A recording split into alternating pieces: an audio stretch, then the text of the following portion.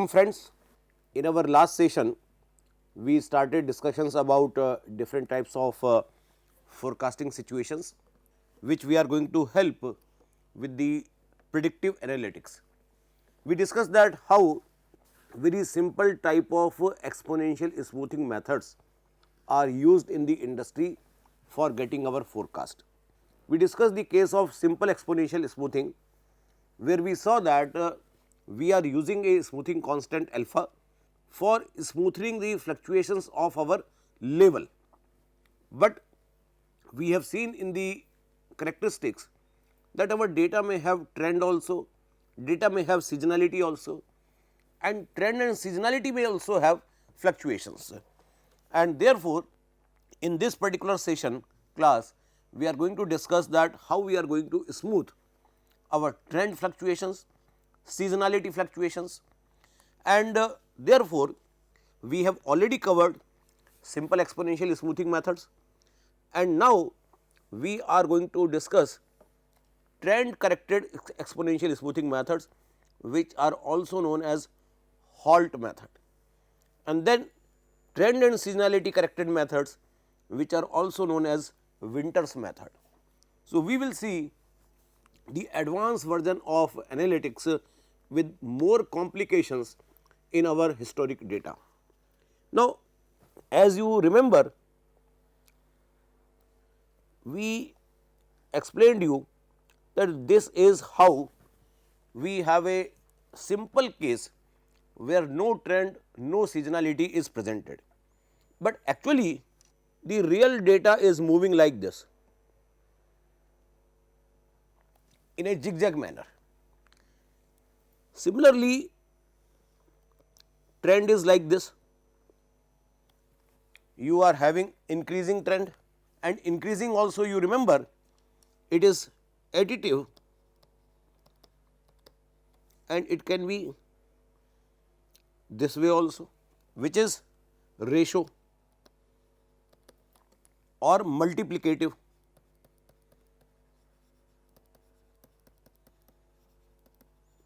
Similarly, there can be seasonality,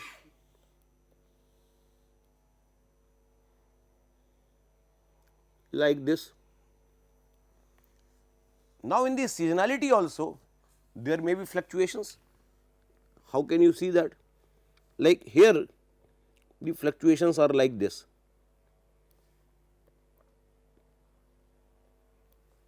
Similarly, seasonality can be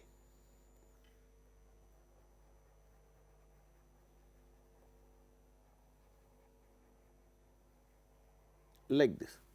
So, it is not a smooth curve which is happening a smooth increase and decrease at a particular interval. Rather, it is again a zigzag curve which is having lot of variations from one period to another period. The overall impact can be seen like demand is touching to a peak at a particular period and demand is touching to a low level in another period. But if I see from period to period, it is not a smooth movement, there are a lot of fluctuations. So, the correction of these fluctuations, this is the Holt model, and correction of these plus these, that is our Winter model. That is what we are going to discuss in this particular class. As we have already discussed in our previous session that we have a case of simple exponential smoothing method where we are calculating the new base ST using alpha dt plus 1 minus alpha ST minus 1. And here this ST is basically my forecast for the next period, that is FT1 is ST. This is what my already discussed phenomena, that whatever is the base of the current period, that becomes the forecast for the next period. Now, moving further, you have trend corrected exponential smoothing. Trend corrected means you have two important characteristics of your data. level and trend, and now you have to smooth level also, use alpha, trend also, use beta. So, in this model we are going to use two smoothing constants alpha and beta for smoothing the fluctuations of level and trend respectively. Now, here in this type of case, let us first understand how our forecast will be determined. We will actually moving like this way, and in the current period I am here.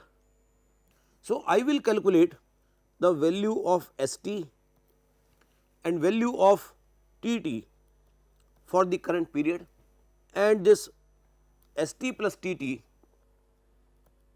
is the forecast for the next period.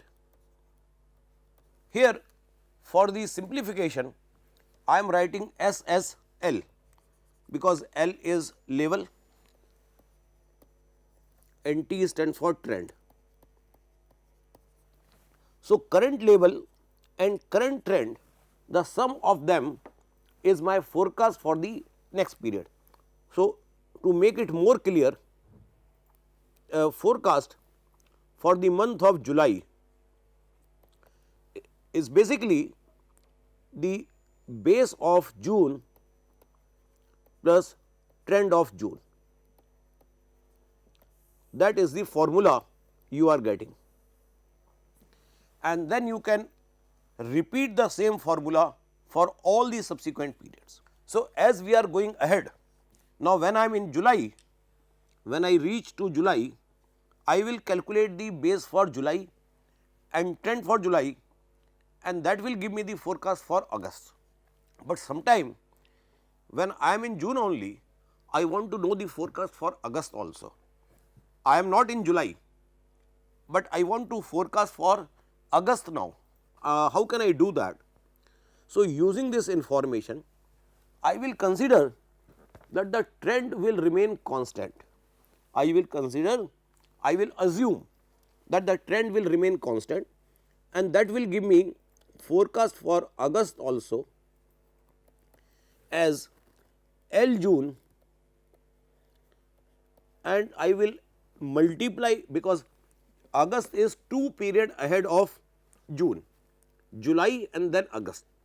So, I will multiply 2 into the trend of June, that will give me the forecast for August, and using this knowledge now I can forecast for September, August also, L June plus 3 into T of June. However, I will like to caution you that F August, F September are not very accurate forecast. As I am close to July, I have a better forecast for July. Now comes the role of analytics, predictive analytics. As you are coming closer to August, you will update your L June, you will update your T June, L June will become L July, T June will become T July, and then you will have a better forecast for the month of August. As you further go, you will become closer to September, and then again you will update your base, you will update your trend, and you will have a better forecast for the month of September also.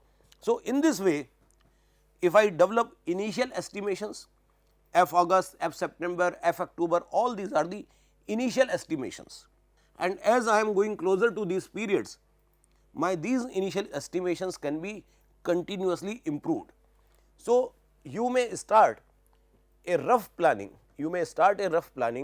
with these initial estimations, and as you are coming closer to these periods, because you have more data, new data, updated data, it will help you in improving your forecast as you are moving closer. So, here we need to regularly update L,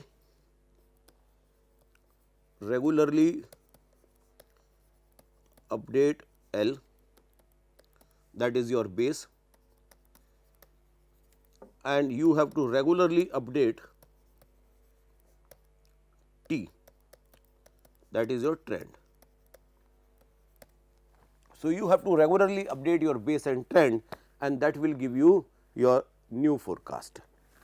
Now, for calculating the updated base and updated trend, you will use this basic equation which we have discussed when we were discussing the simple exponential smoothing method, that alpha dt plus 1 minus alpha st minus 1, and I can make a slight modification in this equation.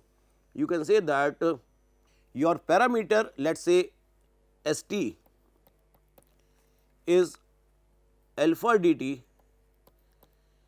plus 1 minus alpha st minus 1. Now, you can generalize this equation saying that it is alpha a plus 1 minus alpha b, and you can use it for calculating st, tt, and when we will be reaching to Winters model, we can also use seasonality calculation using this equation. So, this becomes a generic equation for updating my base, trend, etc. Right now, we are talking of Holt's model. So, I am only limited myself to base and trend. And let me again caution you all that in this class I am interchangeably using S and L, both are meaning base value only. So, now our updated base LT1 is alpha d plus 1 alpha dt plus 1 plus 1 minus alpha LT plus TT. Now, some of you may ask why it is LT plus TT. So, you see that in this formula this B is basically, when I am calculating LT, it is alpha dt plus 1 minus alpha. This is the previous forecast, ST minus 1 was the previous forecast. So, that is the previous forecast LT plus TT for the current period, and similarly T updated trend is beta into the current trend plus 1 minus beta, the trend for the existing period. So, you will get LT plus 1, TT plus 1 using these two equations. These are important. And as we already know, the values of alpha and beta always varies between 0 to 1, where the common values mostly preferred are between 0.1 to 0.3 for both alpha beta, popular values. Theoretical values between 0 to 1. So, this is our trend corrected exponential smoothing model, and now let us see one illustration, one example where we have data for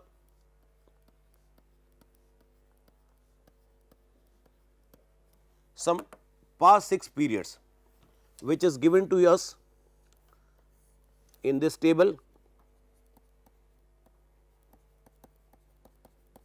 and you can note down the data from this narration, that how it is varying from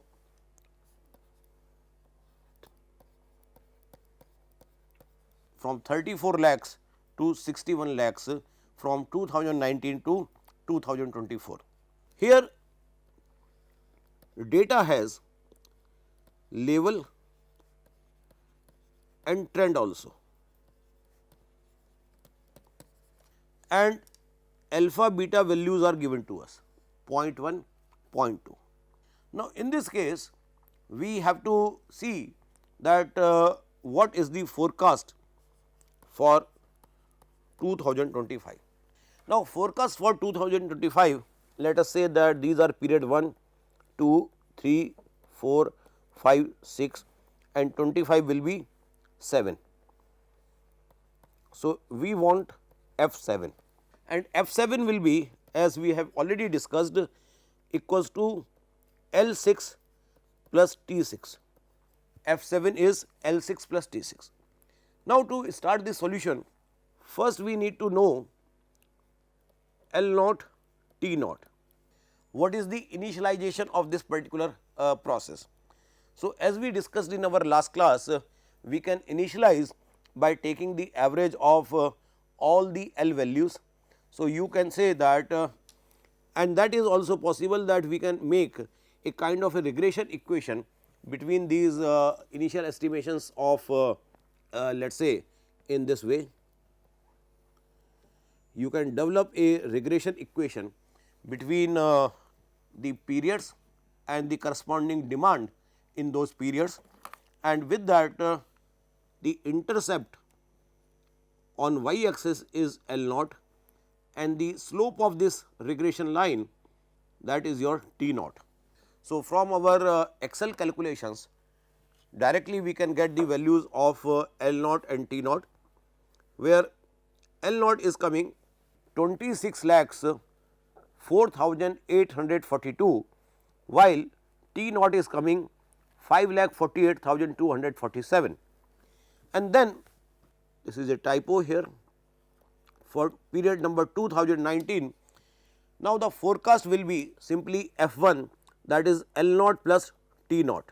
So, this is our, and you can develop in a iterative manner that demand for this period was 34 lakh 17,774 as you see here. The forecast came to be 31 lakh 53,809. So, there is a forecasting error also, that is very obvious. Now, you need to update L naught to L1, T naught to T1, and that will give you F2 L1 plus T2. Once you have L1 T1, then you will calculate L2 T2, and in this way in a sequential manner you will reach to calculation of L6 and T6. We can develop a very good Excel template for showing you that how these calculations can be done in a very iterative simple manner. So, now using the values of alpha and beta given in this problem, you will calculate the value of L1 using this formula alpha D1 plus 1 minus alpha F1, and that gives you the value of L1, and similarly you can calculate the value of T1, which is coming to be 5,53,541. So, therefore, your F2 is L1 plus T1, which is coming to be 37,33,099, and in this manner if we are continuing, now you can understand F1 is L naught T naught, F2 is L1 T1, F3 is L2 T2, F4 is L3 T3, and going up to F7 is L6 T6. And with this, finally, our forecast for 2025 is 64 lakh 39,353. So, in this way, in this iterative manner, we have done the calculations where we saw that how the calculations are moving in a simple movement. Now, important thing here is whether we have considered the correct values of alpha beta, the values of alpha beta, whether these values are correct. So, for every period when you are calculating these things, you are also having the data of D1, D2 up to D6, because F7 has not yet happened. So, up to 6th period data is available to you, and forecast data is also available. Now, you can calculate E1 to E6 also, and when you are calculating E1 to E6, you can also see that average error, MAD,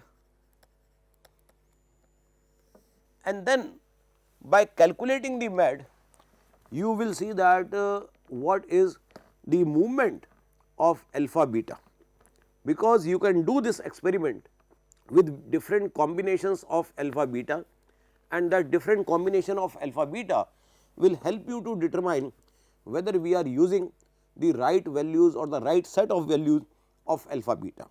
So, this is one possible case of our predictive analytics, that we are able to predict and whether we are predicting correctly or not. Moving further, then there is another case where we have trend also and seasonality also. And as we now know that in this case there will be three situations. One is level already which is fluctuating, trend is also there, and seasonal variations also there.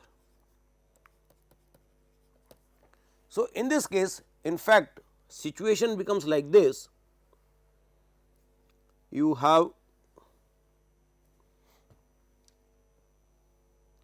just to give me some kind of a base, let me have, now the actual data is like this.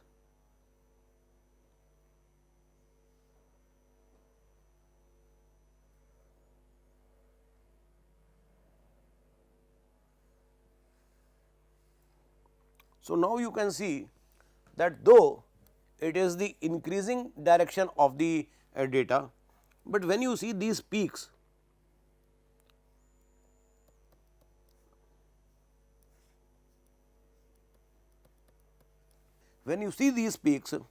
here there is a x amount of difference, here there is no difference in these two peaks, and here it may be x square difference. So, even the seasonal variation is changing, and this seasonal variation is changing. There is a change in the trend also, there is a change in the level also. So, you need three types of smoothing constants, alpha, beta, gamma, and these cases are known as Winters model. And as we discussed in our last class, the seasonal factor can also have two types of characteristics, either additive or multiplicative. You can simply say that demand is increasing from one season to another season by, let us say, 100 units, or you can say that demand is increasing from one season to another season at the rate of 15%, 20%. So, these two are the different types of cases.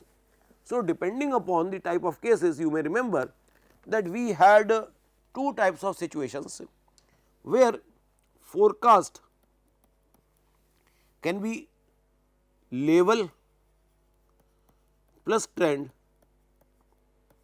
multiplied by seasonal factor, or forecast is level plus trend plus seasonal factor.